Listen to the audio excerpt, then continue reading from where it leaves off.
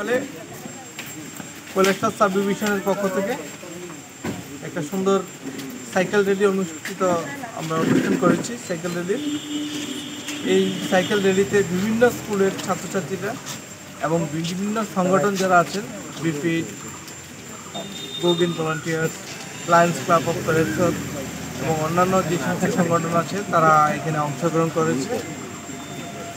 আজকে র্যালির মূল বক্তব্য হলো যে সকল ভারতের নাগরিকরা যাতে ভোট দিতে পারে, যাদের বয়স 18 বছরের বেশি হয়েছে।